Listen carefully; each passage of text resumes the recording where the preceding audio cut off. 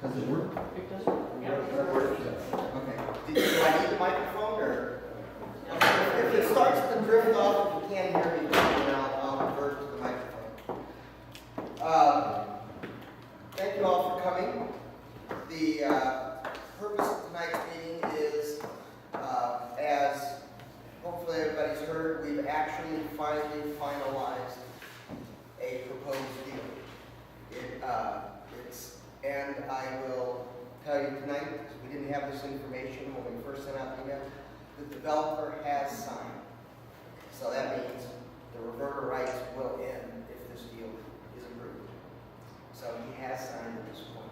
So with that, what I want to just focus on tonight is trying to talk a little bit about what the agreement actually is and hopefully allowing plenty of time for questions.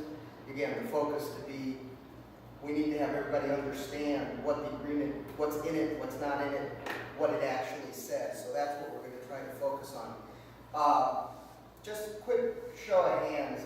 How many people had been to at least one of the previous information sessions or had looked at the previous presentation that was online?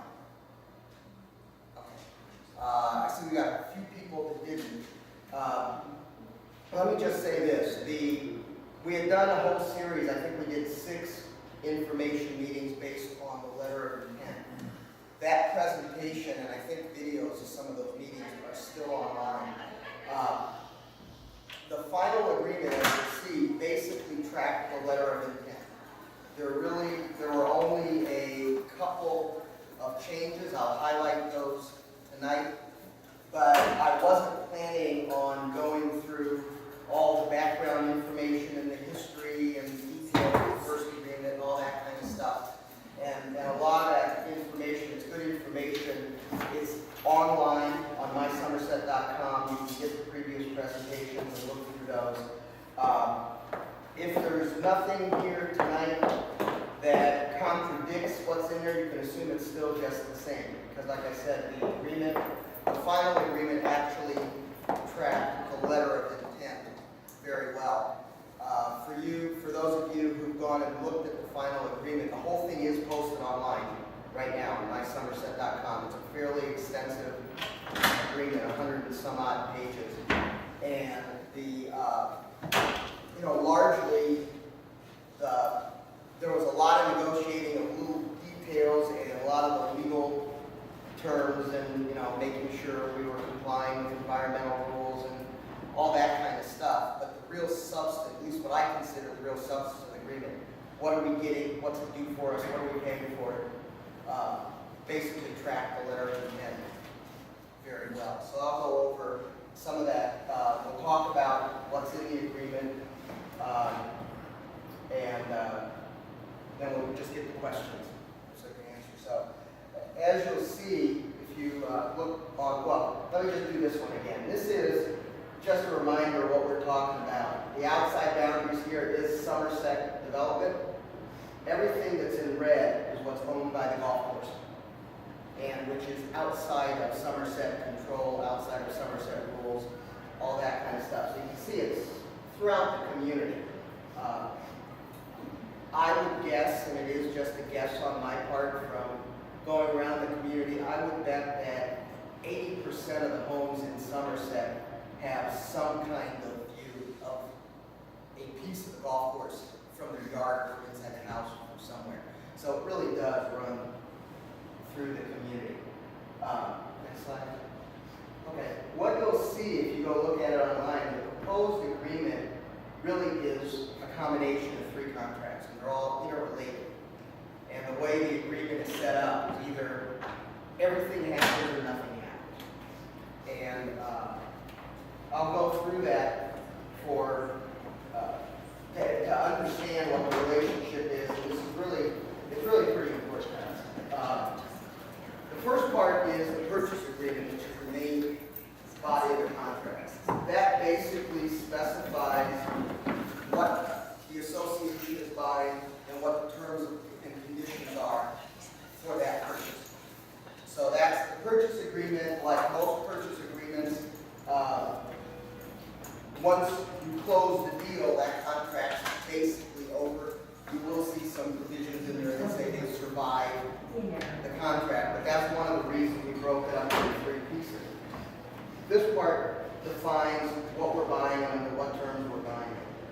what you'll see is immediately upon all these things take effect, all three of these agreements take effect simultaneously at closing. So what happens is, as soon as we buy it, we're going to lease it back to the country club. Okay? And they're leasing, it's not exactly 100% lease because some of the water facilities that affect water in Canyon 9 and stuff, because if you look in the agreement, it specifies who's doing what where. But this is really the surviving agreement, and in some ways the most important one, because it really lays out who's responsible for what on an ongoing basis. And what we've tried to do with this deal, which I'll get into a little bit later, but just to remind people from the previous discussions, we're not doing this deal to buy a golf course. We don't want to run a golf course. We don't want to be responsible for a golf course. We're doing this to make sure that all that red land that you saw doesn't end up getting sold off to a developer, or the current development doesn't strip out the water rights and take them somewhere else. And then we're left with basically what happened in Northgate throughout the community.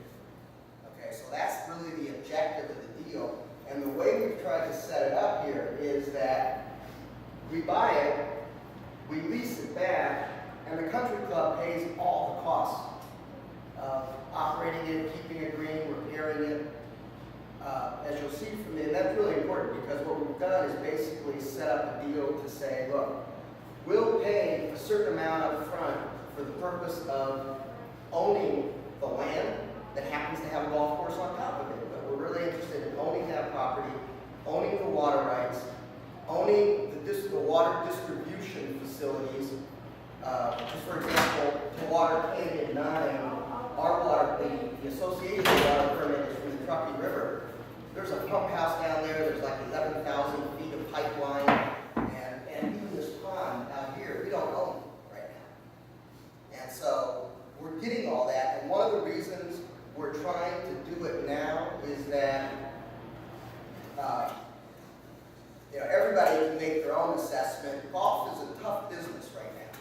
It's been hit pretty hard with the economy. The trends have not been, great for golf for a while. And if something was to happen with the golf club, okay, there's only really a few options of how that would impact. One is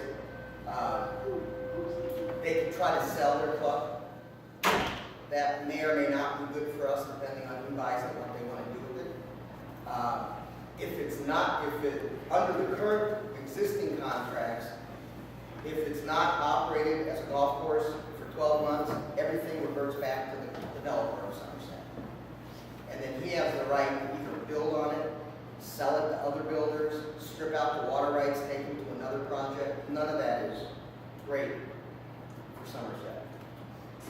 The problem is if we wait until the country club gets into trouble, and especially if they go bankrupt, then it's a crapshoot, because bankruptcy judges can decide whatever they want to do in terms of what happens with existing contracts or stuff like that. Because under the current agreements, we actually have the right to buy the country club for $1. But from what I've talked to attorneys, there's not a bankruptcy judge in the world that's going to honor that agreement. If somebody else is saying, hey, you owe me tens or hundreds of thousands of dollars, and you've got assets that are worth something. Or if there's somebody else bidding on it saying, hey, I'll pay $1 million for it. That's where it's going to go. So what we're really doing is saying, we're buying all this property now, so if anything happens to the country club, we already own it. We don't have to go through legal hassles. If the country club succeeds and they keep it green, they have to pay for everything. And we get the benefit of it staying green and being exactly what it is right now. There's a third agreement. Let me just finish this and we'll come back. I'd really like to kind of get questions at the end because some of them may be answered by the presentation. The third part of the agreement is a water facilities agreement. And what this really is geared at is a key part of this deal are the water rights and particularly the pumps and the pump houses and the pipelines and stuff that move water around. The way the system was designed, the part of the system that can actually bring water out of the Truckee River, which we have a permit for Truckee River water, so the golf course has several permits for Truckee River water. But all the infrastructure to get it from the Truckee River up here and then distribute it out so it can be used to water either Canyon 9 or the big golf course, we both use that. So it's in common, it's not a separable system. Once the water gets up here, then we have pumps and pipes and stuff that suck out of this pond and waters Canyon 9. The country club has pumps and pipes and stuff that sucks it out of this pond and moves it over to another pond and it waters their golf course. But the part between here and the Truckee River is in common. So the developer had actually put in place what was called a water sharing agreement to ensure that the common part of the facilities was operated for the benefit of all parties. However, for whatever reasons, he put ownership of that in the country club's hands, not in the association's hands. And so what we've done, because we'll be buying all that stuff, the existing water sharing agreement will ultimately go away, but we also needed to lay out how that system's going to be operated, who has what responsibilities, how it's going to be repaired, and that's what this part of the agreement deals with. So there's three things. We buy the stuff, we're going to lease back to the country club, but we also are going to have an ongoing agreement for as long as the lease is in place that specifies their responsibilities to serve us and our responsibilities to serve them, because our infrastructure is actually common for parks. So this is the basic structure. All three of these agreements are online. Technically, this is the contract, this is an exhibit to that contract, and this is an exhibit to that contract, but they're all three are signed and they will all take force and have certain provisions in them. So, you know, we're trying to do this with plenty of lead time, so I urge you, if you're interested and you have the time, go look at the action agreements, because those are the actual agreements. So that's actually what it says, regardless of what I say, regardless of what anybody else says, those contracts are the contracts. So, next slide. Okay, what are we buying? Just real quick. Based on the assessor's office records, we're buying about 224 acres of green space. That's what I call all the land. There's the golf course and the driving range, all that kind of stuff. About 411 acre-feet of water rights, with plus another 100 feet supplemental water rights. And these are actually quite important as it comes into play. For example, right now, as I understand, the way these work is if we're not able to pull water out of the Truckee River with those permits, Truckee River has a season for pulling water, which basically goes April to the end of September. But this year, because of the drought, the federal water master cut things off earlier. Supplemental water rights allow to draw water we can't get out of the river out of the underground sources and stuff like that. So it really provides a huge amount of flexibility to the use of water. We will get ownership of all of the distribution facilities, like I said, from the Truckee River up here and throughout the community.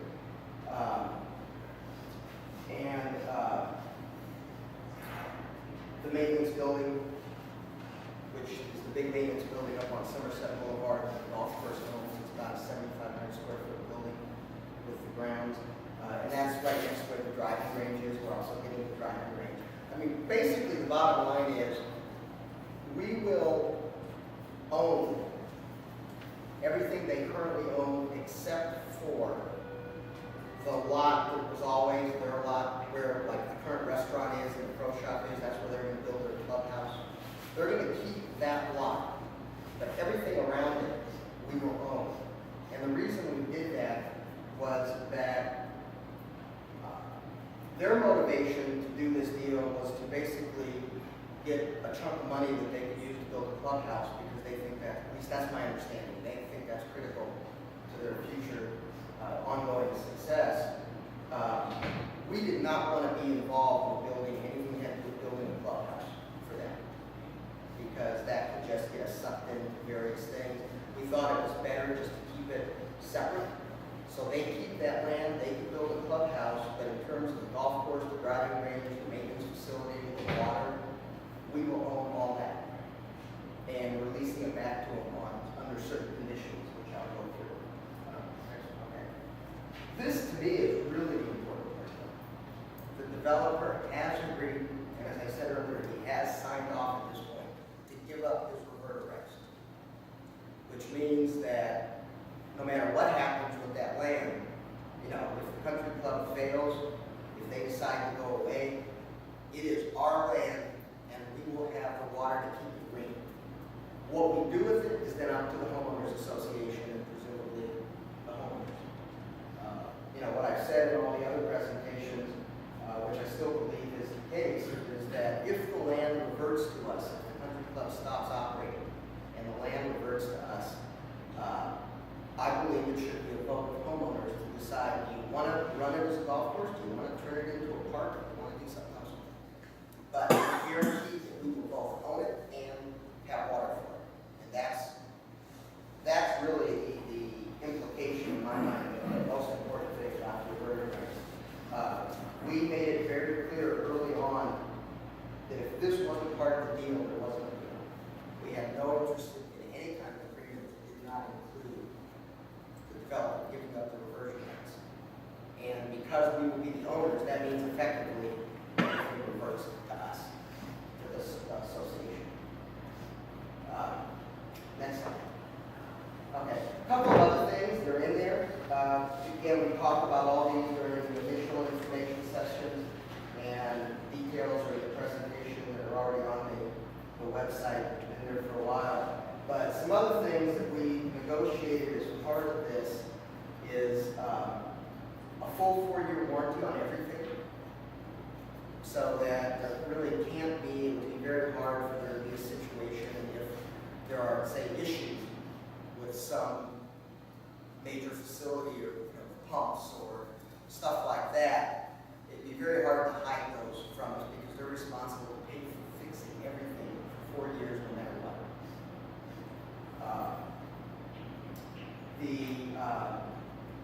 We also have a right of first refusal on their building site. Okay, and this was also in the letter of intent that this has stayed this way.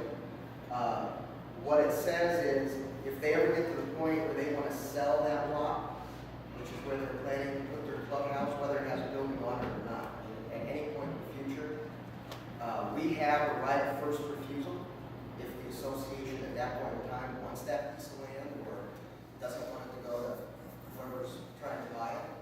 And for the first 5 years, we have the right to buy it at 50% of whatever their best offer is, whatever the real offer is. We've got language in there. It's got to be a modified offer. It's got to be a third party, all that kind of stuff. You can look at the legalese, but the idea is from the time that this deal closes, assuming it's approved by homeowners, that for the first 5 years, if they try to sell that lot, we can step in and buy it for half the price of whatever somebody's willing to pay.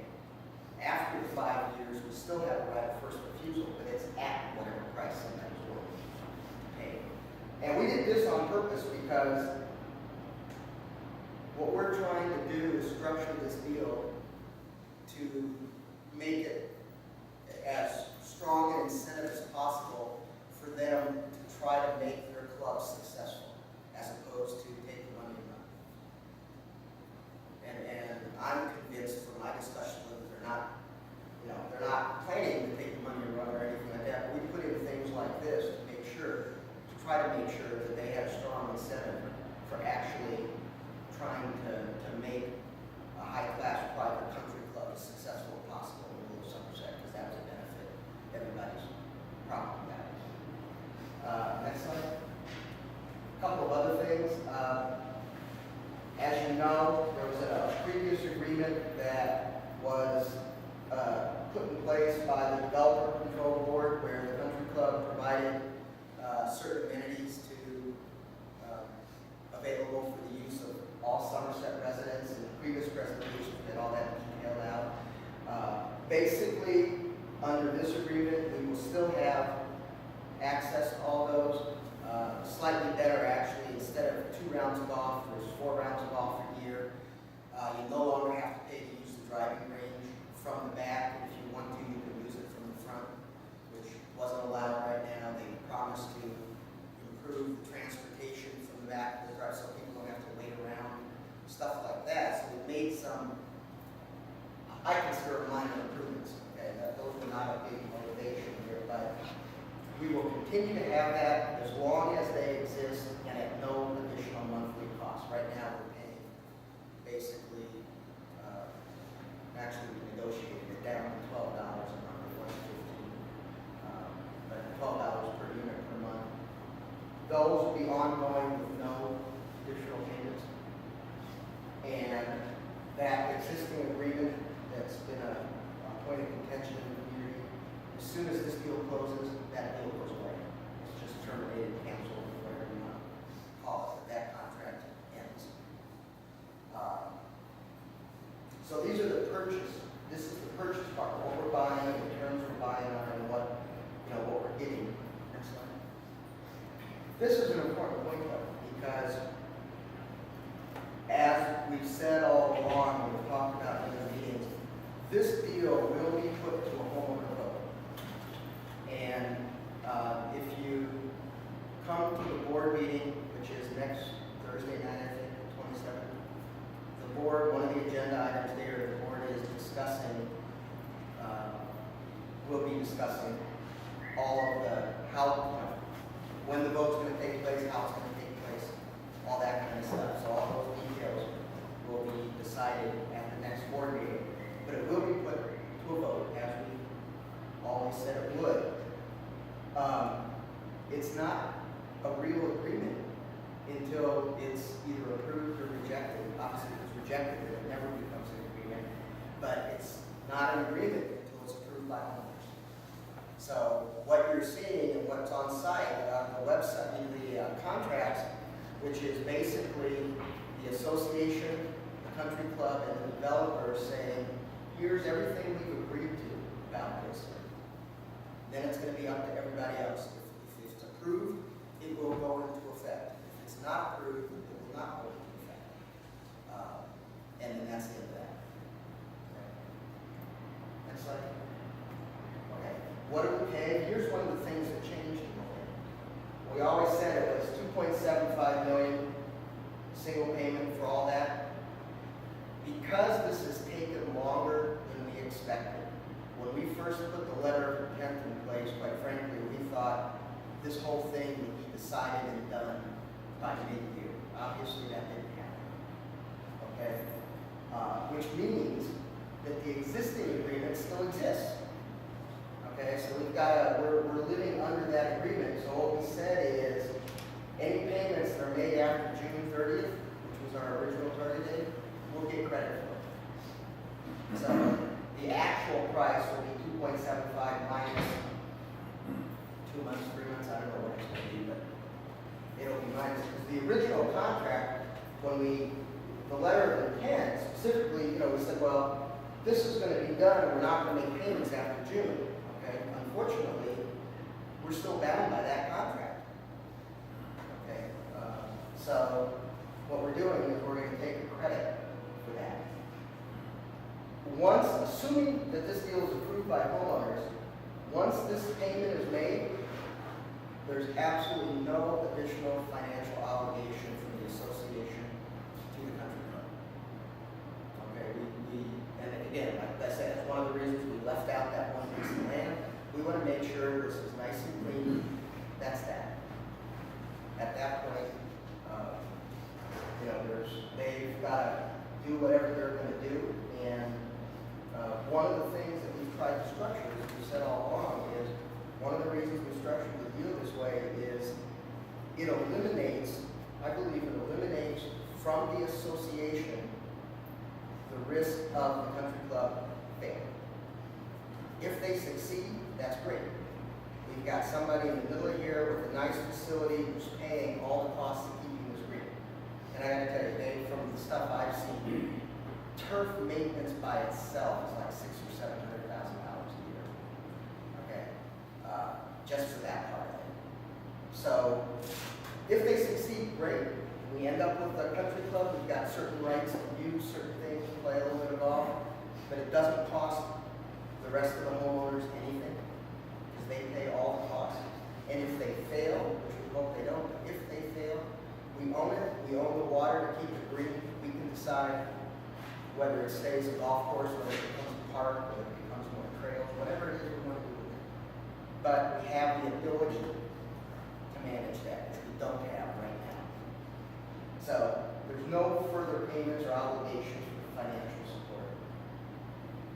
Where's it going to come from? Where's the money come from? We looked at a lot of different options for this, and this is where Ray Lee, who's our treasurer, is heavily involved in this. What we decided is the best way to do this is to basically take out a loan. And the reason, well, just point out, the property will not be pledged as security. Okay, because we're an association, banks are willing to loan us money on the strength of our financial condition, which is quite good, okay, especially compared to other associations, all around that. So we are not pledging the property as security. And what that means, obviously, is if the economy goes bad again or something like that, there's no, once this becomes common area, which is what we expect to do, once we buy it, we'll bring it in, it'll become common element. Once it's in there, it's going to stay in there. There's no way somebody can come in and say, oh, we lost that, I can't go back. Okay? We purposely decided that a loan was the way we wanted to go, as opposed to trying to come up with the cash and finding a way to get all the cash right away. And the reason for that is this deal, if approved by homeowners, is going to benefit Somerset from here on out for a long time.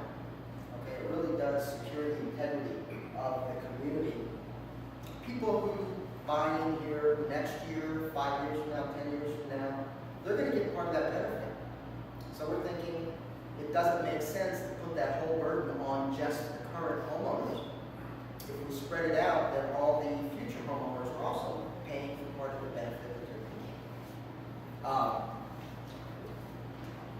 Of course, the question I'm sure everybody's concerned about, what's that going to do to assessments if we take out a loan that big? Okay? There will not be an impact on current assessments.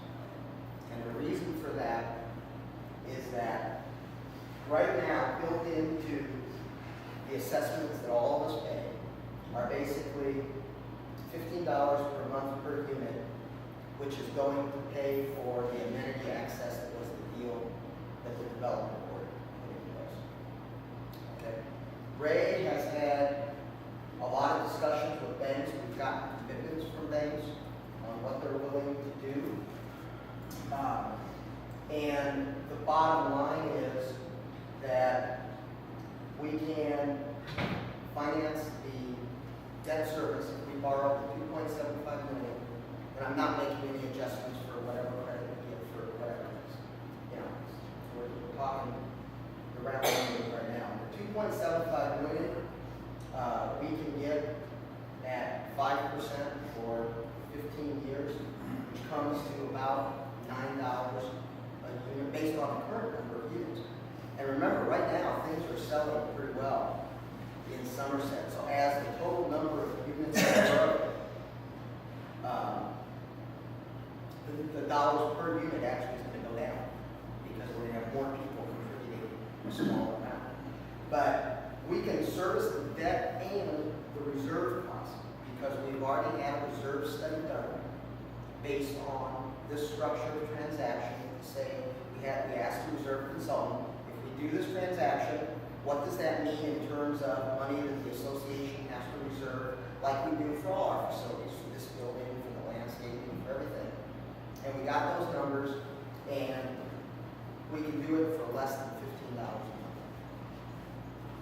Okay, so that means that at worst, assessments will stay the same. Of course, what happens to the rest of the assessment depends on the annual budgeting process for all the other expenses. And the finance committee is looking at that right now. But there will not be an increase in order to pay for anything having to do with this deal. In fact, one of the things I understand the Finance Committee is looking at is that many people may not know, we're actually making payments on this building and on the Canyon 9 golf course right now. We did not receive those free and clear when the developer built Somerset. And one of the issues with that is that the developer also has reversion rights on this building on Canyon 9. And so if we don't make the payments on those, I don't know if we really do, but there's reversion rights. Those reversion rights are extinguished as soon as he's out of the picture, as soon as he gets paid. One of the things Ray has talked to the banks about is that as I understand, and we got some people here from the Finance Committee, so if I'm saying if that's wrong, please let me know. I understand the interest rate on those loans, or those, whatever you want to call them, the payments will be is 5%. Banks are willing to refinance this, which will get the developer out from under the right and not change our costs at all, because we're already making those payments and we'll be continuing to make those payments. So that's something the Finance Committee is looking at. But for the purpose of this deal, we're talking about $2 3/4 million less whatever credit we get, and that can be covered for the amount that's already built in, so there will not be any increase. And of course, the loans we're looking at are fixed rate loans, so there's no escalation. So we're saying the $15 is going to cover it, and it will get to be, 14, 13, 12, 10 as more houses are built. That'll carry through for whatever the length is. So that's how we plan to pay for it without having an impact on homeowners, but getting ownership of the assets that we want. Next slide. Okay. Now we'll move into the lease. Like I said, these are all going to be simultaneous on closing. As soon as we buy it, turn around and lease it to the country club. The only thing they're allowed to do with it is operate a private member-based golf country club. So they can't really change their business from what it is now. We don't want, all-night batting cages or who knows what else anybody can come up with. So that's the only thing they can do. Okay? And like I said, if you read the documents, basically they pay the full cost to operate, maintain, and repair everything that they're using. So that goes to them. So the bottom line is, we get the benefit of keeping the space green, having a country club to the extent that helps property values, but we don't have to pay for it. That gets paid for by them. The only thing, if you read the agreements, the only thing that we have any responsibility for, which we already have responsibility for, is the shared facilities. We have agreed that if, like the pipeline between here and the Truckee River, if that needs to be rebuilt or something like that, we agreed that we're going to share costs in proportion to the use of the water that's gone through that pipe. So we've got old records and stuff like that. That's all. That's what we have to do anyway, because we need that pipe. If they folded up shop and went away and something happened to that pipeline, we'd have to pay the whole thing because we can't water Canyon 9 without that. So that seemed like a reasonable thing because it's something that we use and we're only going to pay a portion of our use. Next slide. Okay. What are they paying? What's the lease terms? There's actually $2,200 here. It's basically set up for weird reasons. It was $1,000 a year and then another $1,200. They were called different things. It's just the way things evolve. The bottom line is there's a total of $1,200 per year. And with some escalation, which you can see about. The reason we did that is, again, we talked about higher lease payments. We talked about other ways to do that. And the bottom line was, yeah, they would have paid more if they wouldn't have sold it for $2 3/4 million. It was all a trade-off.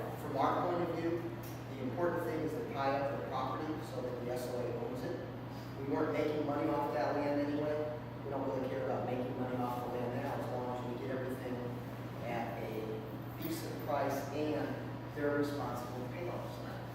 Because normally, if we do this as a normal business lease, some of you may be landlords, generally you have responsibilities that as a landlord, you got to do certain things, you got to fix certain things, stuff like that. We don't have any of those obligations. And that's why we went for that price. That was the best we could negotiate. So everybody's going to have to make their own decision to decide whether you think overall this is a good deal or not. We do have the right, I told you before that right now there's a reversion clause in the developer that if the golf course stops operating as a golf course for 12 months, it reverts to the developer. The problem with that is in 12 months, it's going to look like Northgate. And there's really becomes way too expensive to bring it back, even if it's just plain green space. Okay? We've negotiated 45 days, which should be enough time to figure out there's a problem and still get it fast enough to save it so that the association can decide what they want. If they fail to operate as 18-hole championship for golf course for 45 days or more, we can just step in and say, lease is over, land is ours, see you later. There are some other things in there about maintenance, there's other defaults and stuff like that. But to me, this is really critical because we specifically agreed to a reasonably short time frame. Because remember, most of the people who are country club members are also Somerset owners. So they've got an interest in that too. And we want to make sure that we can keep it either as a golf course or manage the transition to green space, without maintaining greens and all the various kinds of grasses they have. But we want to do that before it dies off and gets infested with all kinds of weeds and various things like that, because then it would cost tens of thousands, if not hundreds of thousands of dollars to bring it back. I doubt we'll ever see Northgate's office go green again. It's just very expensive. Here's another thing that's new. It was not in the letter of agreement, but we negotiated, and that is if they give up the lease for whatever reason, but we already had a right of first refusal. We talked about that before. Well, right of first refusal assumes that they try to sell it to somebody and somebody's making them an offer. What if that's not the case? We've got the right to basically purchase the lot if they stop being a country club.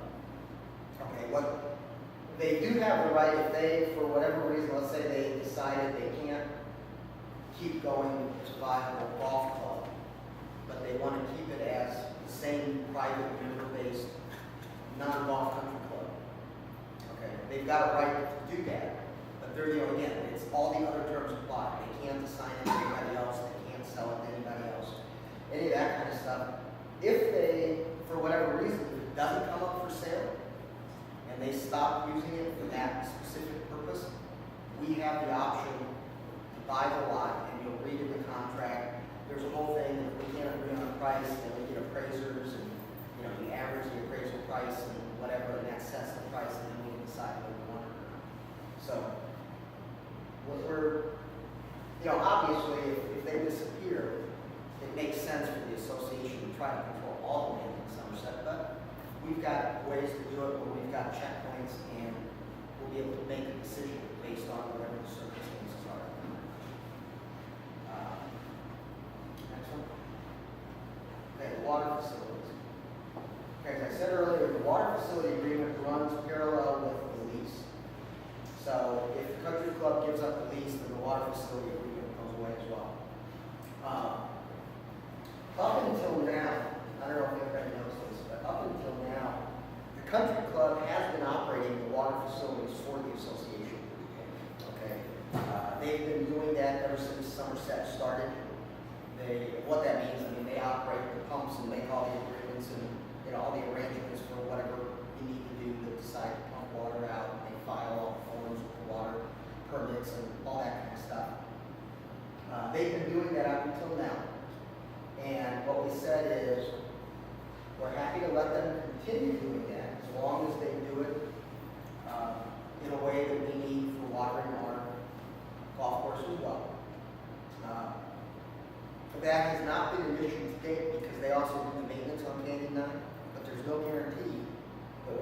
continue to give them a maintenance contract on Canyon 9, which is why we needed this, because let's say somebody else is doing maintenance on Canyon 9, then we still need to be able to coordinate the water pumping and all that so that we can water our golf course. And so they're responsible to do it based on reasonable requests from us, okay? And we're not gonna pay anything for doing it. If they don't do things in a way that allow us to manage our golf club as well, we can take over in 10 days, in which case we have to operate also for their benefit, but the agreement is they'll pay us $1,000 a month to do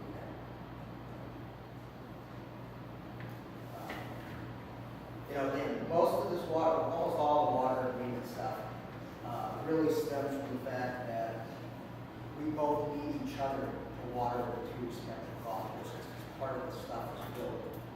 It didn't make sense to build a pipeline from here down to Kentucky River, as hard as it is to get those easements, and they had to go under the freeway, they had to go under the railroad track, they weren't going to build two of them. And that's where we're at. So we have to have an agreement to coordinate and make sure, and it's, whoever's here 20 or 30 years from now, assuming the country club is successful, whoever's on the country club board, we had to have this covered. So that's the purpose of the water facility here. Next slide. Okay. As I said before, they're responsible for basically all of the costs related to the stuff releasing back to them. This is the part I mentioned, the share costs basically between Truckee River and the pond out here. And the previous water sharing agreement goes away. It had some weird things in it. We would have to pay them actually. If they hadn't been doing our maintenance, we would be paying them, I think, $1,200 a month for that, plus there were some really arcane formulas for how to split utility costs and various things. But that's going to go away. This new agreement will be in place. If the lease terminates, this agreement terminates, and everything is basically just owned and operated by the association. Next slide. Okay. This thing I really want to emphasize, because you hear a lot of stuff, but we did this deal, or we proposed this deal, and we negotiated because we think it's really strategically important to Somerset. There's 225 acres that a third party can come in and do whatever they want, basically. That's why we're doing it. We're not buying a golf course. We have no interest in running a golf course. That's why we're leasing it back. Okay? We want them to pay for a golf course. They're expensive to run and manage. We want them to pay for that. We have made no commitment to operate or maintain a golf course in any way. This is strictly up to them. Okay, next slide. What we're trying to do, the objective of this, is to guarantee the integrity of Somerset so that we don't have some major change where, somebody comes in and builds condos on the golf course or strips out the water, lets it all die, takes off the water somewhere else. So as I said before, in my mind, this is the key to the deal. The fact that we finally got this developer to give up his revert rights. And without that, this board would not be doing this deal at all. What it does do is guarantee that we won't have problems that happen in North Gator because we own the water, we own the land. We don't have to run it as a golf course, but it will be something that can be used for the benefit of Somerset residents. Next slide. If it ever reverts to us, if they stop running Country Club, I think we've got the choice then. We can either choose to run it as a community country club and we'll figure out, not a golf course, or we'll convert it to a green park or whatever. We'll use part of it to build amenities on, part of it is green space. We have not agreed to any restrictions at all on what happens with that land after we get it. We're just trying to get it in as common area. It's owned by the association for the benefit of everybody. And we can all jointly decide what happens to it if it stops being a country club. So, is there anything? Yeah, there we go. That's the end. Okay, this really is, I think this was a unique opportunity to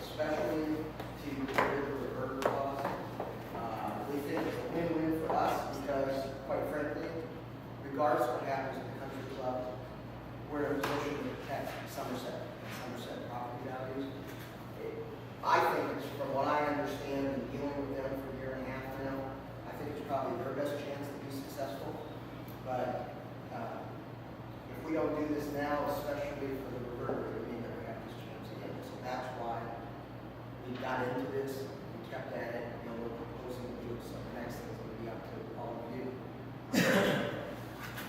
Okay, I have a practical question. The agreement that is still being postponed is different from this one, and that's not being. You mean the original agreement that the development board put in, is that one? Yeah, okay. yeah. Go ahead. And you can't get enough votes to get that through. How do you expect to get the votes to get this? We've never tried to get the votes to get that through. We've never put that to a vote.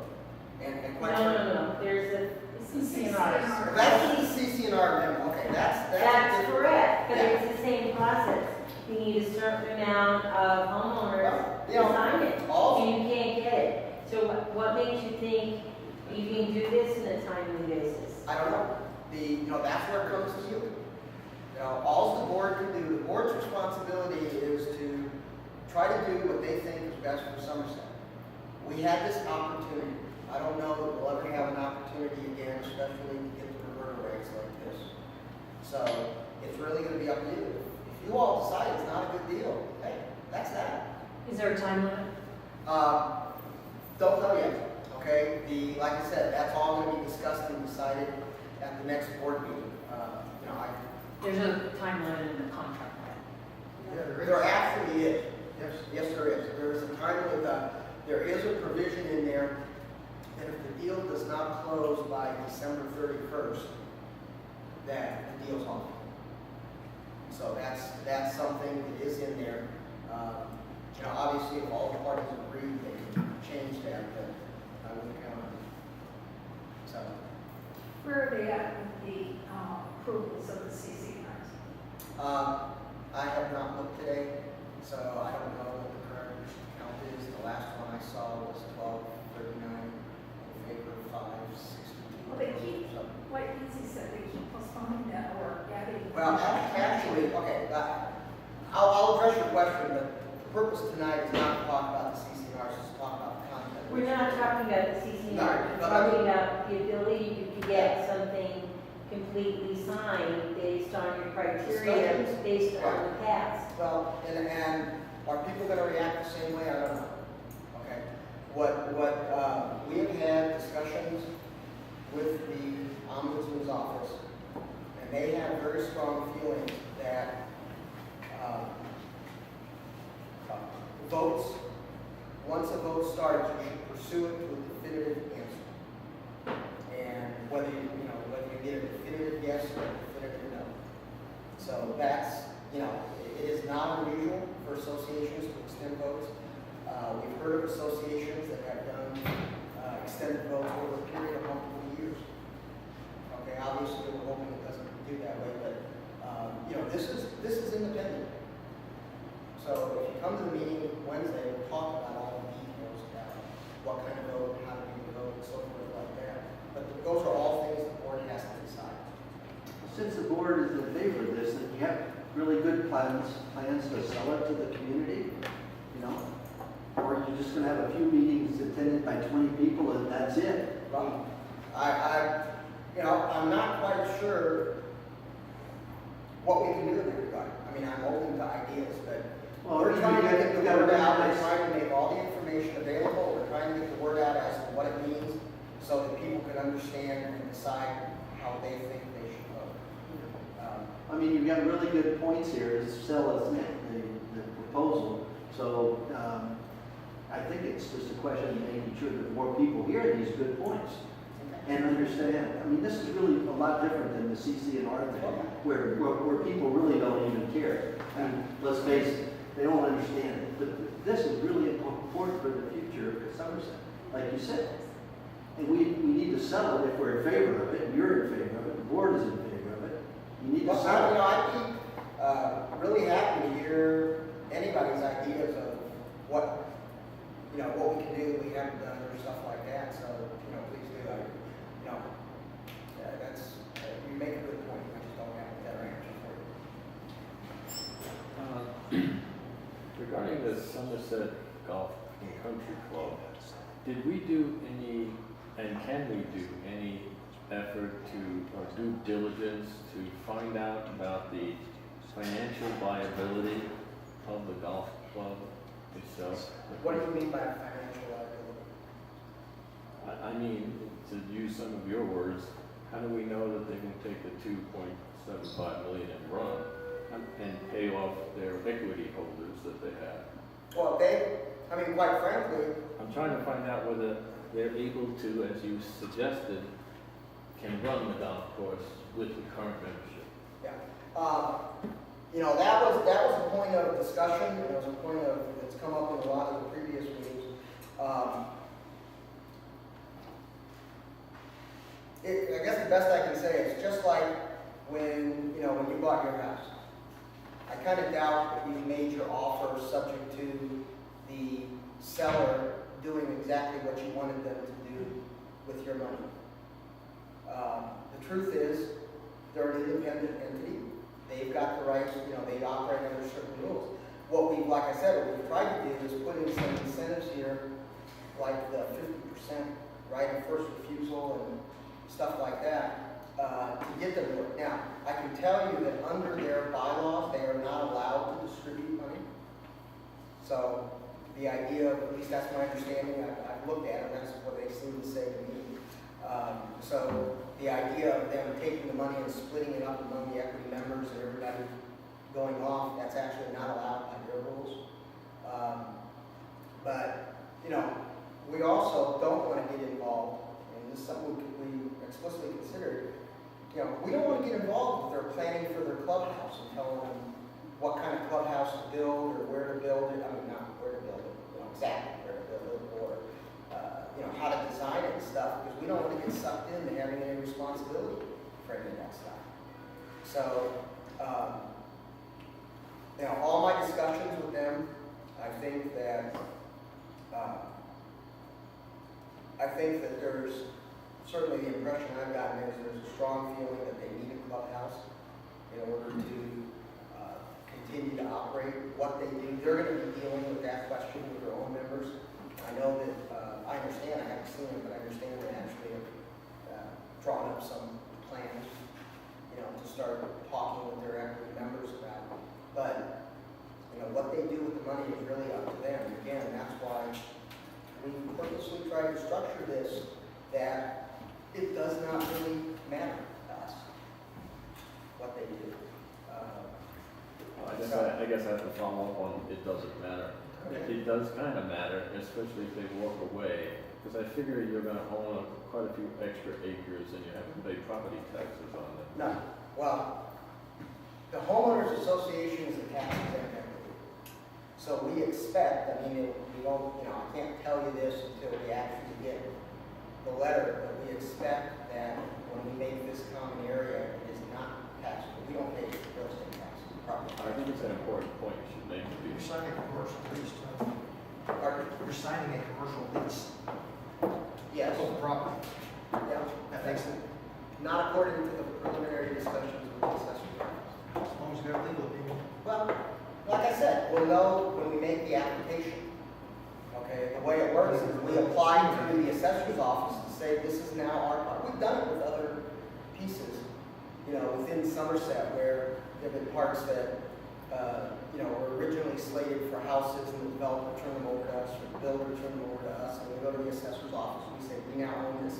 This is not a residential lot. They put it in tax exempt. What I've been told is, well, here's actually a good point, because we believe, in talking to our attorneys, that we will be able to bring it in property tax free.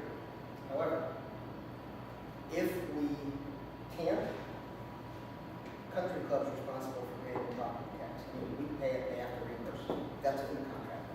That's normally how it works. Hmm? That's normally how it works. Yes. So that's in You there. don't pay taxes on lease properties, but there'll be people that have to pay it. Associations are a little bit different from what I understand, because the theory is, and this is why the assessor has taken the position and why we don't pay property tax now, because the theory is that if we own that land and even if we lease it to a commercial entity and they're running a country club, the fact that there's a country club there increases everybody's property value, so the state money to increase taxes on all of us. Therefore, they don't tax the association property again. That's, well, like I said, I don't know what the assessor's gonna do. We're not gonna know until we make the application. But our intent is that we're gonna bring it in as tax exempt property, and if it's not, we've got it in the lease that they have to pay the property tax. We should know that, though, but I should be gotten that he should have crossed long before that. Well, you're not gonna get a definite answer until you actually make the application. Okay, one other Did question. you make it, Let somebody now come back. Did you make it part of the agreement that the golf course is required to break ground on the clubhouse within a certain length of time after the deal is done? Because what's to keep them from just keeping it like it is now with a bunch of trailers down there? Well, there's nothing, I mean, it's their property. But that's not to the benefit Well, I know, of the but, neighborhood. I For it to agree. stay like I that, I agree. thought that's part of the plan, well, is to get rid of all those trailers and but tents again, and part storage of the, we're not buying that property. We did not want to get in the position of buying the property and then becoming a partner in I that understand kind we of would be stuff. telling them what kind of Right. clubhouse, but there'd be something saying you're required to break ground within All so I many can tell months you, or we a talked year about that. after the deal We is. could not get in agreement. Because otherwise, it's true, you don't know what they're doing with money. That puts us in exactly the same situation we're in right now. You know, we do not know what they're gonna do. We have no control over what we have gotten, actually, which is even better than what we had, is there is a part in the agreement that recognizes even though that piece of land, if they build on that piece of land, that's their piece of land. They are not subject to our CCNRs or anything else. They never have. Okay? But they've agreed to build consistent with the character and style of the rest of And you Somerset. said the only thing they're permitted to build is a clubhouse. They are, no, that's it. Remember, And it's- that acre, it's about 5.5 acres. Okay, that piece of land, they own outright. They own it outright now. We have no say over what happens on that. It is not part of this deal. Okay, so, you know, that was basically what we could negotiate. Okay, so they have the same rights they've always had. But you said they can't put batting cages or something. On that the it golf has to course, be- on the golf course, on the So part they that we're could put not. batting cages on that 5.5 acres? They as can is do whatever they, with the well, I don't know, DLTA? whatever their restrictions are now, but they are not subject to our Well, CCNR. that's gonna matter to our neighborhood, what they put on there. I'm telling you, this is what we could get, okay? So if the concern about the 5 acres overshadows the 225 acres, then, you know, you need to vote however you think is best for the community. That's, all I'm saying is this is the deal, it's a negotiated deal, we couldn't dictate to it. So that's where it is, that's 5.5 acres is theirs and it stays there. Because we don't want to, if we got involved in, basically in anything with that, we're going to get pulled into, or potentially pulled into being responsible for whatever the decision didn't go on, or something like that. We don't want to have anything to do with that. We're trying to sever the connection so it's nice and clean, so that we do not have any responsibility for any ongoing financial obligations. John? Tony, just two real quick questions. The first one, as you just noted, the golf course is under a different set of CCRs and SOA. If we acquire that land, will it come under our, If we ultimately acquire it, yes. okay. Yeah, I mean, I would expect any land that the association acquires would come under, we would put it. Second quick one, if this does not go through, basis the issues that have been brought forth with the Attorney General and the Ombudsman, what is what happens to the existing agreement? Well, that is on the agenda for the next meeting as well. Okay, that's fine. As you know, the first option comes up at the end of this year. So we've got that on the agenda. Question, first one was, how many stakeholders do we have total in this community? I mean, how many people? How many people have a voting right? How many? Right now, well, when we started the CCNR vote, it was 2,478 active units. We've gotten more units. What's our unit count right now? 2540. 2540. 2540, and when you did your assessment, it was back in November 2015. 2013, right? Which assessment referred to? No, when you measured your first, when you put the line in the sand. The ballot for the CCNRs was in November. Okay, that was 2478. And what's it now? 2540. So just for grins, let's just say 100 Yeah. people increased. Now also we have 200 some probably that sold their properties and bought new. Is everybody here aware that those people may or may not have voting rights? But again, I would say, come to the meeting on Thursday. That is a specific topic. Oh, I know. We're not real happy about how that works. And also, the other question is if you got 2,500 folks and you only have 25 folks here showing up, you got a lot of people that don't seem to be too enthused about it, or they don't know, or they don't care. You know, that's an issue and I think that's an ongoing issue because, we've done surveys, the strategic planning committee did a big survey last year. Once we got the homeowner control board in place, we started looking at that.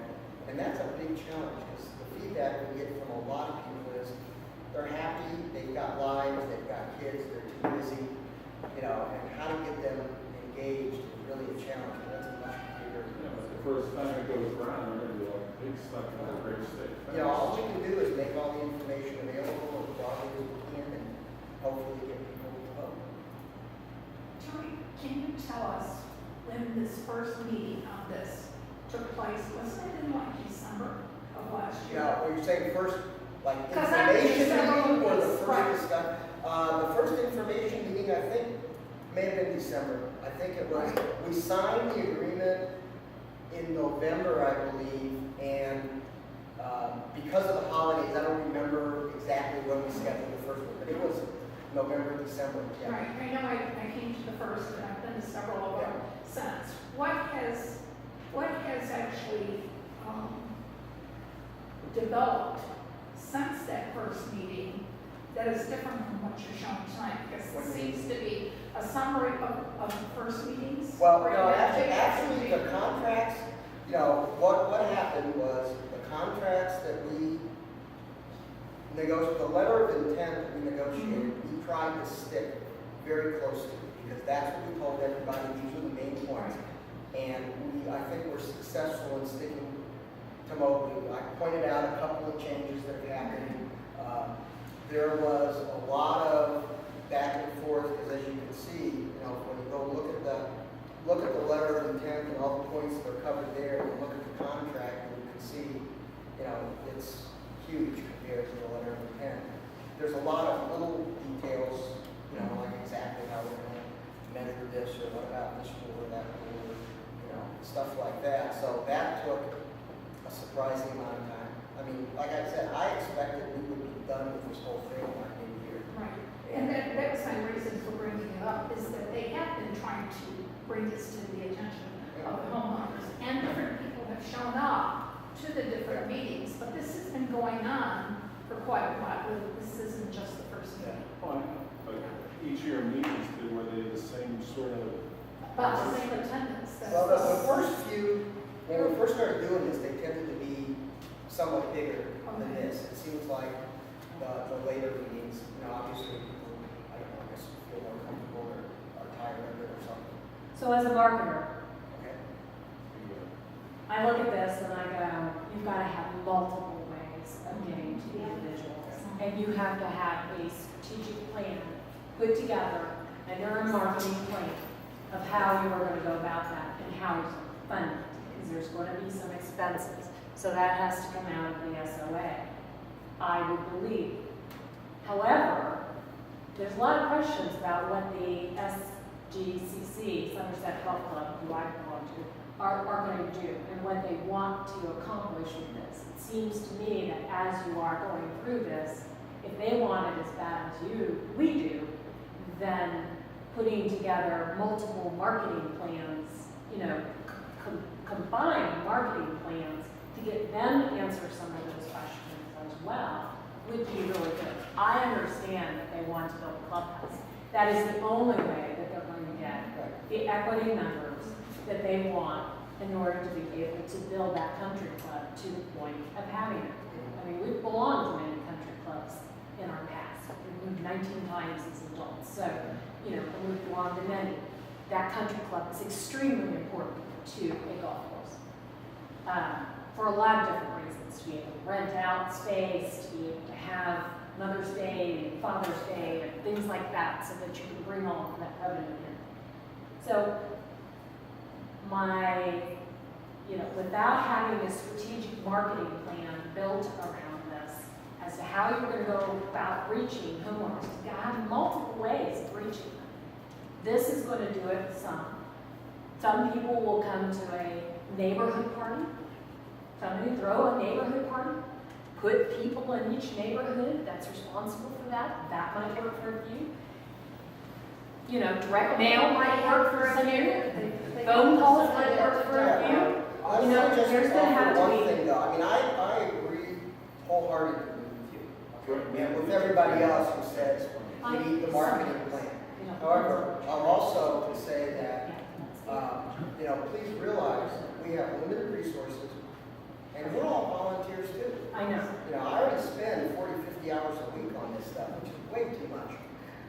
So what I would say is I would welcome volunteers who are willing to, you know, step up and help organize and do stuff. I mean, we have had, not with regard to this at all, but I know that, for example, in the last couple elections, I know people have organized neighborhood parties, house parties, whatever.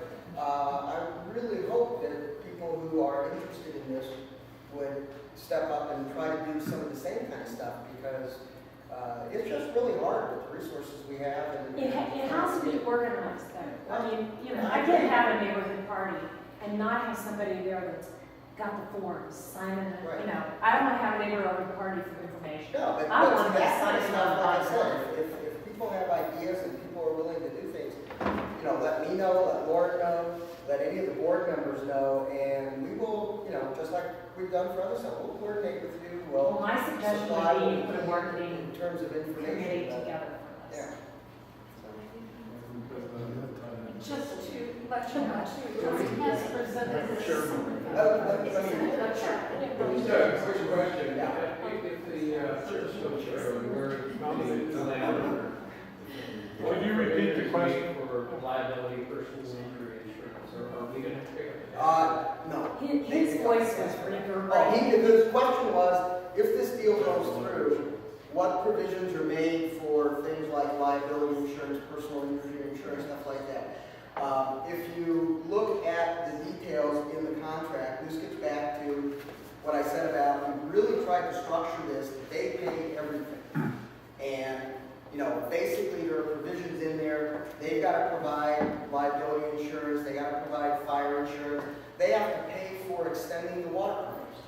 All the stuff that, basically all the stuff that they pay for as independent owners, as long as they have the lease, they're going to keep paying for it. Okay, so, you know, that stuff's in there. We've tried to set up, they got to do the repairs, they got to do the maintenance. We're not doing that stuff, which again is, you know, that accounts for a chunk of money. That's an expensive proposition for all this stuff, which is part of the reason why we weren't trying to get, you know, like a market value lease, because we didn't want to take on the responsibilities. We want to keep it green, let them keep it green at the lowest cost to homeowners. Yeah, you're pretty familiar with how the lawyers use the shotgun approach. If there is an injury, let's say a kid gets hit with a golf ball to line, Yeah. we would be named anyways. Should Oh, yeah. we- Well, we're- should we we're- also carry insurance? Huh? Should we also carry insurance? Well, we do carry insurance, and they carry insurance naming us as an additional insurer. I think it's like a $10 million policy or something like that. So yeah, that's the kind of stuff, but our intent, what we try to do is all the stuff that they would normally, you know, that a owner would normally have to pay, you know, obviously the business permits, all that kind of stuff, they've got to pay, but even the stuff that a landlord normally has to pay, we've tried to set it up so that they have to pay back, you know, and, you know, can you ever be 100% No. protected? Probably not, but, you know, it's in there, we've tried to take that into account. That's a good question.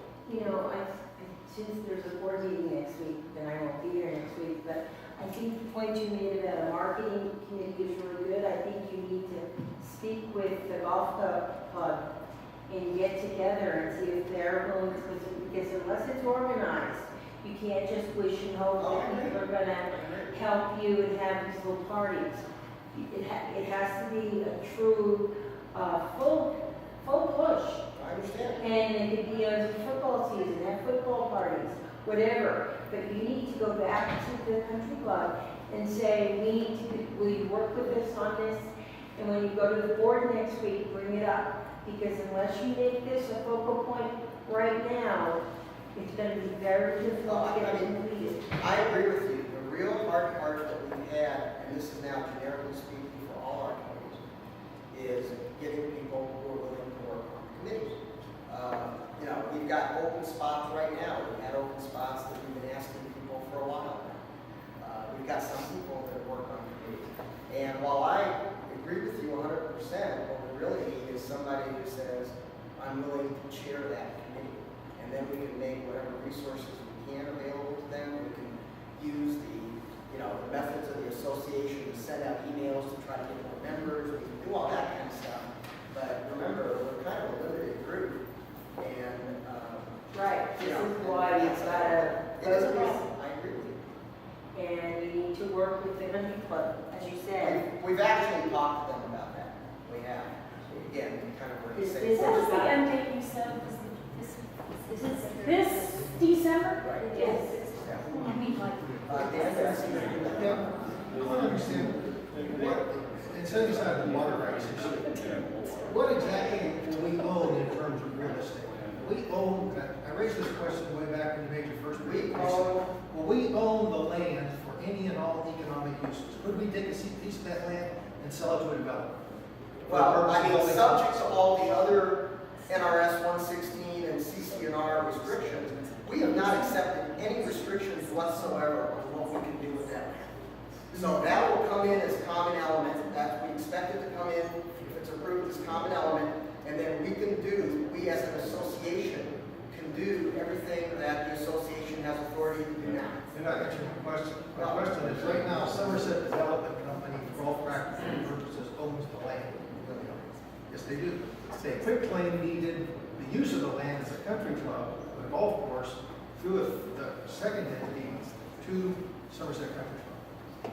Somerset Country Club is the title holder on that land. For use as a golf course. Well, subject to For use the as a revert, golf course. subject to the revert. Yes. Somerset Development Company has title to the land for any and all economic uses. Now, will we have title for any and all economic uses? That we have no restrictions. I don't know how else to answer that.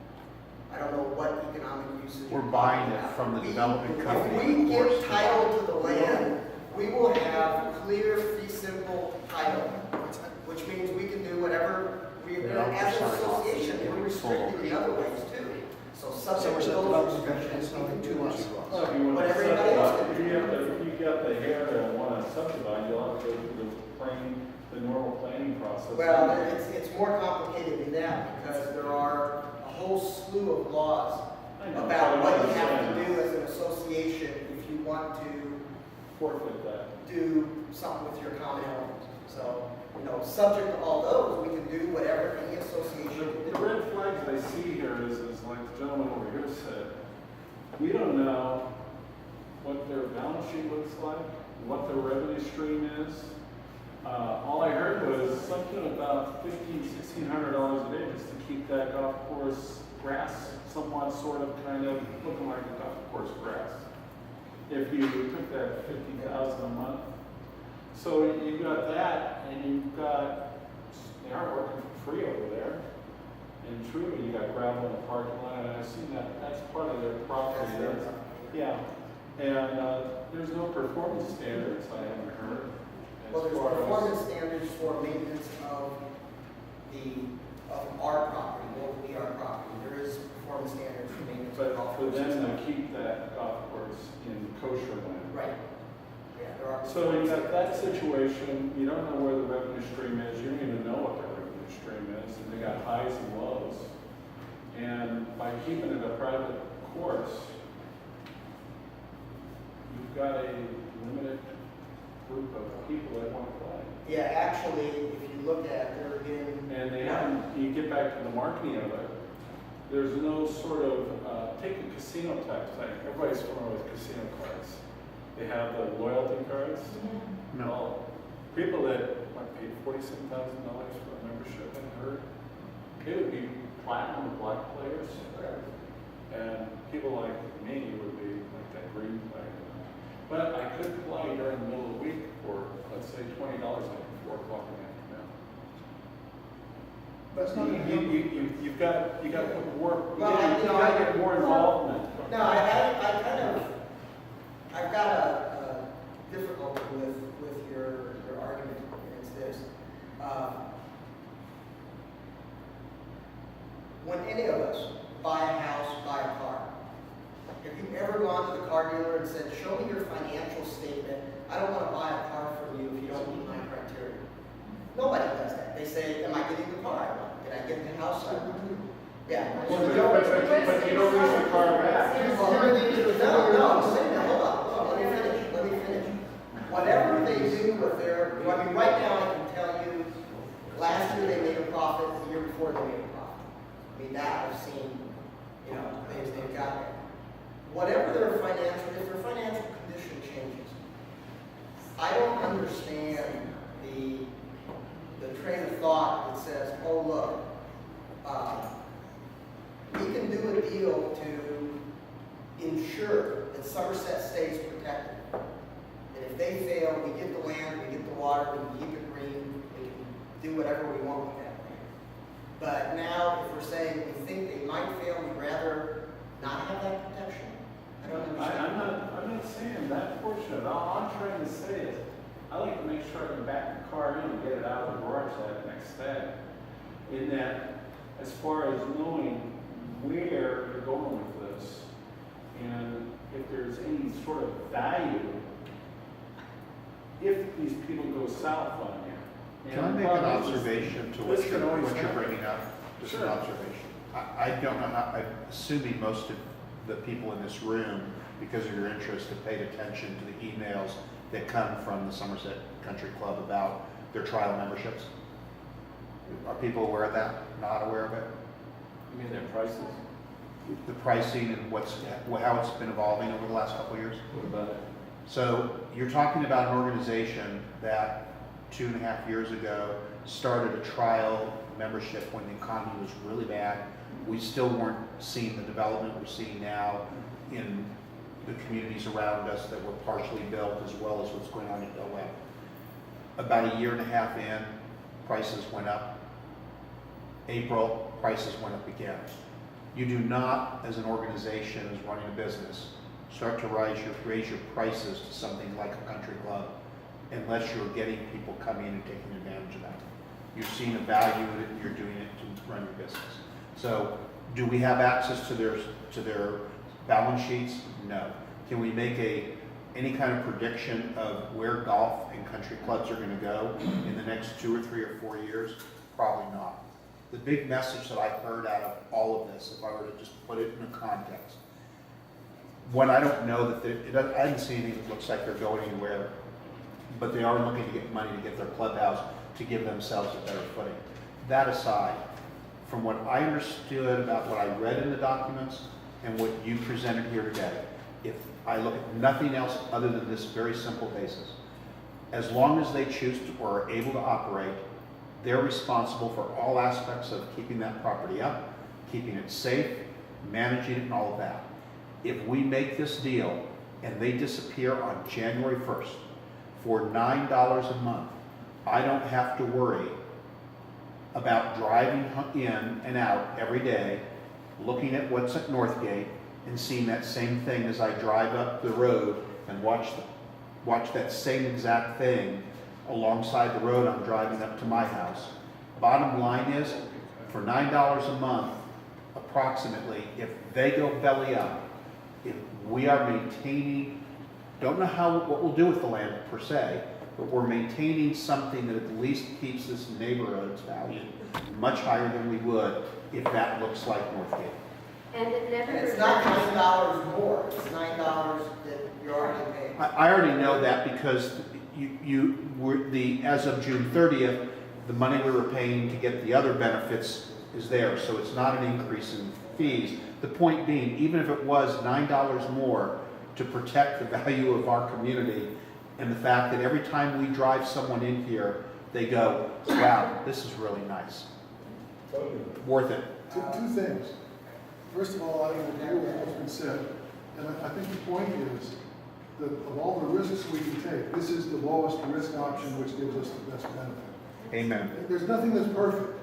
First of all, we need to understand, we're not in the golf course business, we don't want to be in the golf course business. But this gives us either a golf course that somebody else pays all the expenses on, or it gives us a piece of green land and we've got the water to keep it green. The second thing is, if you haven't read the agreement that's posted on My Somerset, 99% of the questions, plus a lot more that will be asked, are already answered there. If you just read the agreement, all the Yes. information is there for all of us to see. So read the agreement before you keep asking questions that Tony has to answer 3 times, because it's already there. That's why I approved Just, it. just to reiterate what you were saying, Tony, we are buying something. If the golf course goes belly up, we own it. If we don't go through with this deal and the golf course goes belly up, we're in big trouble. Big trouble. So, Just, and I want to second the comments. Hold on, guys. Somebody's talking. No, hold on. And I have a lot of things to read. I just want to second the comments that were made back here, because I'm not a golfer, but I do know the impact that neighbors, friends that I have that were on the North Cape course. I do know that impact. Talking just about a couple of other simple kind of statistics, if you look at 2,500 homes now, and I'm not including whatever is the finance costs, 5% or whatever for the loan is, we're talking about 2,500 homes, amortized over a whole bunch of years, a cost to each of us of $1,100. 2,500 homes, $1,100 to assure that we have a green belt in the middle of Somerset. Once we hit 3,750 homes, that cost is $730.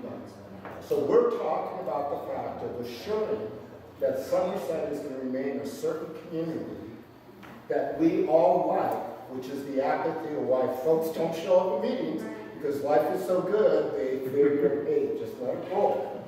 That's what we're talking about in terms of cost. Last thing, again, I'm not a golfer. I don't know how many people are in the country club. I've heard all sorts of ranges. But folks have a concern that somehow or another they're going to take the money and run. I have no idea what the original stakeholder equity members were paying. I've heard things in 30, 40,000 and stuff. If you took that 2.75 million and you divided it between a conservative estimate of equity members, 140, there's 140 there, they're going to walk away each with like $19,000.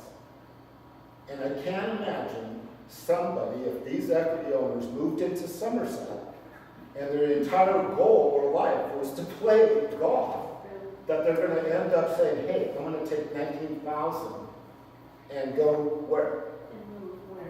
Don't ask. Let me, I'll tell you something that I do know about the country club, from some of the documents that I read and stuff like that, which also ties in with the comments that were made about the trial memberships and stuff. I have attended a number of their board meetings. That's one of the rights we have under the old agreement. And, I can tell you that what, at least from my perspective, what all those trial memberships were about was when the economy got really bad, they got down, and I think that I remember them talking about equity member numbers that were like 113, 109, somewhere in that ballpark. Okay, right around down there. They started those programs with the idea of trying to get people, trying to expose the club, really. Get people who hadn't come up here to see it, hopefully get their interest, hopefully get enough people that they can start moving them up the ranks, so to speak, which gets to what you were talking about, increasing prices. The last time I went to a meeting, which is probably more than a month ago, so I'm not saying this is the latest current. But they had, I can tell you at every meeting that I've been to, the board has talked about where do we stand with these programs, when are we going to phase out the bottom one, have we been able to push people up to higher levels? And the last I heard, they were getting close to 200 equity members. So, I mean, it's been What's the maximum put in there? I think by their documents, it's somewhere in the 400, 450. 450 was the number I said. Right, but, you know, that would include, that's, the 450, I think, is all members. And so they had originally, and I assume they still will have provisions for social members and people who aren't equity members, but they're trying to build up the equity base. Right, that's And the number. maybe Can some we keep progress. this, can we keep this meeting on what the agenda was, which was just the agreement? I understand we've all got things that we want to talk about, but that was not the purpose of the meeting. And these meetings just drag on and on and on. And we need to get some discipline in the meetings so they end on time. Well, I just wanted to address, So where do we that's go what from I here? know about the Let's cut situation this. of what might they do. That's what it So is. the thing that concerns me is this December 31st of this year date. You've got 4 months if you start next week. Be the chairman. For I second that. for getting this marketing going. Is there a provision in the agreement, going back to your agreement, to extend that? Well, I mean, the agreements can be modified by mutual agreement of all the parties Okay. at any time. So, I mean, that's obviously the case, but, yes. So in that sense, if all the parties agree, I mean, for example, I cannot imagine if we were sitting here in the middle of December and we're down to the last few votes, I can't imagine that they would say, nope, you know, And you're what's 2 the votes provision? short on December 31st, we're out. Out of the 2,500, how many do you have to have yeses? Well, that's going to be decided by the board. It's actually not a straightforward question. Okay, There's a number of issues about that we're going to discuss. okay. Tony, you said earlier, we were talking about the financing of this, that, and I quote, the bank will loan us money on the strength of our financial condition. You're saying this will be an unsecured loan? I'm saying it's not going to be secured by the property, as I understand. That's I mean, misleading. well, okay, let me just try That's to what I'm answer it. Let me try to answer it, Dan. Okay, I'm not the guy that's talked to the banks. Ray Lee has talked to the banks. We're going to have another meeting like this next week at Aspen Lodge, and Ray couldn't be here tonight because of conflict. He will be at that meeting. It's not going to Okay. be, the So- talk so far is it's not going to be secured by the land. Right. It's going to be secured by the homeowners due, the flow of homeowners dues. That's a whole lot different than saying it's going to be loaned to us on the strength of our financial statements. We have a lien against our revenue stream, is that right? You have to ask Ray. I don't know the details. I don't really. Well, I think that loan agreement on the fourth Well, agreement. you've been in the meeting, so you know that that's the I fact. don't know. Well, why I raised the that's what question. Ray has brought up at the meeting. And that's why I raised the question today, because what I heard today was different. Was different. What are you hearing now? He said, there's no loan, there's no encumbrance of the land. No, I said in the land. We're Well, not that's very securing misleading. the loan by the land. That's what I said. That I understand is a true statement. I talked to Ray about that today. Okay, that's what I've said. And that's what I stick by.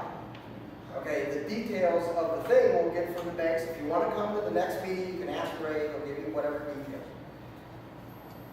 I don't know what else you want. Well, I have a marketing suggestion. If you Okay. want to get this passed, and I think it, on face it, it's a good deal, why don't you tell people that they vote for it, they'll get a $5 reduction in their dues next year.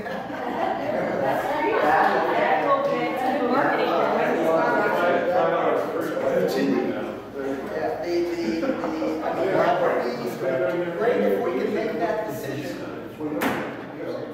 board, that's a budgeting decision. That's a budgeting decision. Well, you know, the one thing I'll say about the marketing plan, I think the beginning of the marketing plan is for everybody here to talk to everybody you talk to and spread the word and have them look at it. Some of us up front, we're going to get a reduction of our $8 a month. I mean, if we I prepay, can't, hold on. We're changing the docket. I can't change the budget. Assessments are set through the budget process. You guys have to do that. Go, everybody show up to a finance committee meeting and tell them that's what you want and see what happens. That's the best thing. I can't change that. I don't have that authority. Out of the 2,500 people we have, how many people actually have valid email addresses? I can tell you that we've been researching that in terms of the database. Oh, you can tell by the bounce back. No, over 40% of the people in the Club Essentials, My Somerset database have either invalid, rejected, or missing emails. So that's why you have to have multiple ways of reaching. So you can't operate your own operation. Hold on, guys. Tommy, I think one of the best things you can do is to tell your neighbors, tell people that you know. I brought 2 people here tonight that knew nothing about this. And they're homeless. I think that's one of the best marketing. Of course, word of mouth is cheapest. Everybody that I talk to this, That's what A lot of people have CCNRs.